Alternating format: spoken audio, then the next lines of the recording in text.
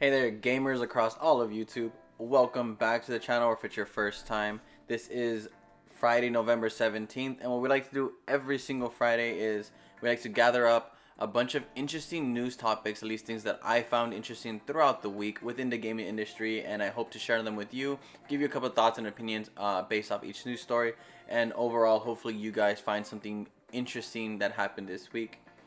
Things like Nintendo holding their Indie World presentation, the PlayStation Portal finally releasing, as well as more information on Dragon Dogma 2.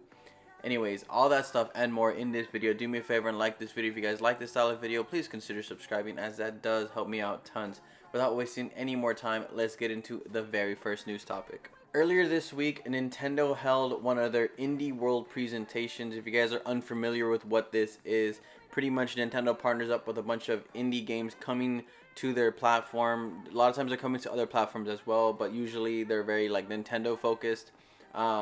Usually it's a lot of indie games that need a big spotlight, and Nintendo likes to help them out. Things like the Shantae Advance game coming out. Shantae is a pretty, I guess, well-known indie platformer at this point. They had a Shantae Advanced that never released back for the Game Boy Advance, obviously. So it looks like WayForward is partnering with the original Shantae creators to finish the game and release it onto Nintendo Switch, PC, and probably a bunch of other platforms. But yeah, this game looks pretty cool. There wasn't a whole lot that really interested me specifically.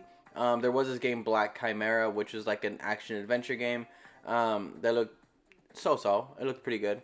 Overall, there was nothing big in there for me as far as this indie world goes, but that's pretty much how most indie worlds go. Just because indies is a huge like umbrella term for a lot of different genres and games.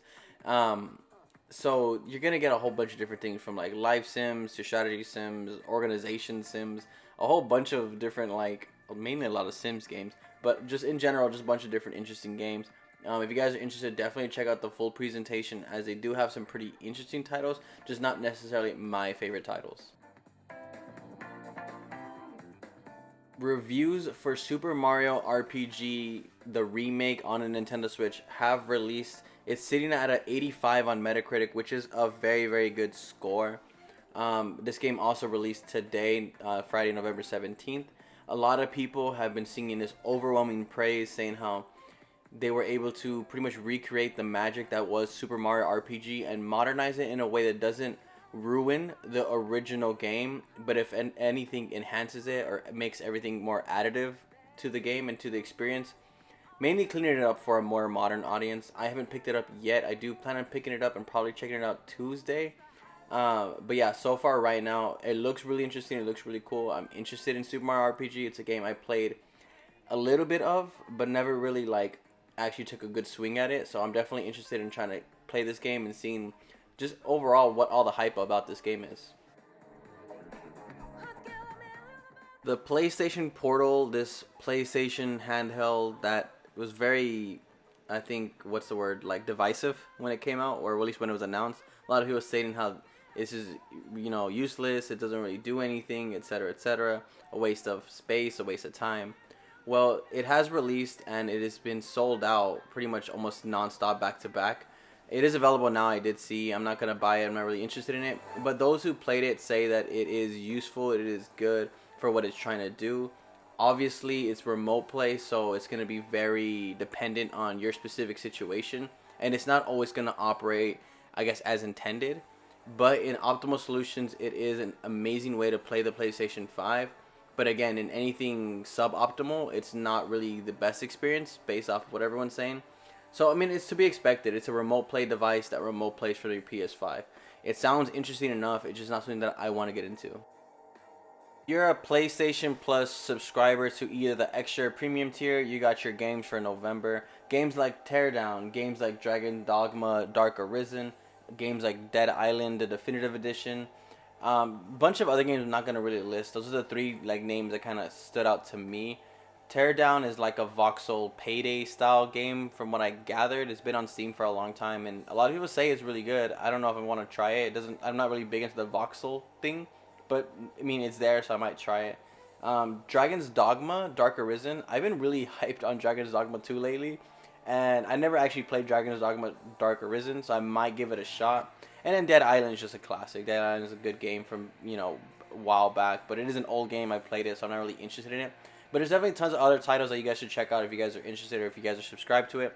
Again, it's a subscription that you're paying for, so make sure you guys are getting the most out of this subscription as you have it. A notable PlayStation insider, quote unquote, slash leaker, has announced that The Last of Us Part 2 is coming to the PlayStation 5 in 2024, and an announcement should be soonish. A lot of people are saying Game Awards. This leak has been corroborated by a couple other outlets, specifically Insider Gaming, of saying that they have their own independent sources claiming the similar things. So yeah, it looks like it's pretty much gonna be happening. I know a lot of people are very upset by Naughty Dog right now, as they've really only been releasing remakes and remasters, factions nowhere to be found, etc. I get it. I don't want to say we're early into the PlayStation 5 life cycle, but there's still time for Naughty Dog to drop a big banger title, or two. Last of Us Part 2 is a game I honestly did not play. I'm not the biggest Last of Us fan, but this might be my chance to go back and play it if there's reason enough, I guess. But I'm not really too excited. Again, I'm not a big fan of the Last of Us franchise, but I know tons of people are going to complain about this and then also go out there and buy it. So if you're going to complain about it, just don't buy it. Final Fantasy VII Rebirth has got to be my most anticipated game for 2024. It looks amazing from every trailer that I've seen, and Square Enix recently just dropped a new trailer. It is the story so far, just pretty much recapping everything that happened prior to Final Fantasy VII Rebirth. They said this will also be available in the main menu screen when you play Final Fantasy VII Rebirth. I love it when games do this. Spider-Man 2 had a really, really good recap story. And again, I'm just a big fan of them letting us know exactly what happened. I know a lot of people, it's gone years before they played the last one, so they might forget. So it's a good chance to just recap and figure out exactly where we're at. Overall, Final Fantasy VII Rebirth looks like an amazing game. It looks like everything that Square Enix has been promising, and I am very excited. If you're a big Baldur's Gate 3 fan, you might be very excited to hear that they are releasing a physical edition. It is a physical deluxe edition. It'll come with a bunch of merch from a Mind Flayer cloth and a bunch of other stuff. It looks really, really gorgeous. It looks amazing. It is going to be $89.99. It isn't limited time, so you can pretty much just pick it up. And it will be available early 2024. That's cool. I kind of wish it came out with the physical earlier, because I like buying my games physical, and Baldur's Gate 3 is a game I wish I had physically. I am not a big fan of double dipping on games. Once I purchase it either digitally or physically, I'm not going to repurchase it again, unless it's on a deep discount, and I don't know, I have some random reason as to why, but ultimately I won't pick it up. It looks amazing. I might pick it up as a gift for somebody, because I know a couple people haven't played this game yet that would love this game, and the physical deluxe edition looks really, really cool. Persona 5 Tactica. This is the Persona 5 strategy game that was announced earlier this year. It did review this week. It is sitting at a 75 on Metacritic. It also released today, Friday, November 17th. I was somewhat interested in this game. I am a big strategy RPG fan. There's nothing about this one that kind of screamed must get, though. It didn't scream like it's going to be up to the qualities of an Advance Wars or Fire Emblem. And seeing as I played both those games earlier this year, I don't really think I want to get a Persona strategy game, especially since I'm not the biggest Persona fan. Overall, 75 is a respectable score, and I'm hoping it sells well for Persona fans out there. Dragon's Dogma 2 is another game that I'm very, very hyped for in 2024, and the release date might have leaked based off of PEGI. PEGI is the European ratings board, and they announced that the release date is going to be March 22nd, 2024. This is good news, as this is a game that I am very happy to check out once it releases in 2024. We also have a showcase coming up at the end of November. It's gonna be 15 minutes of just Dragon Dogma 2 gameplay, and I'm assuming they're probably gonna announce the release date there. Overall, this game looks really, really cool, and I'm very, very interested in it.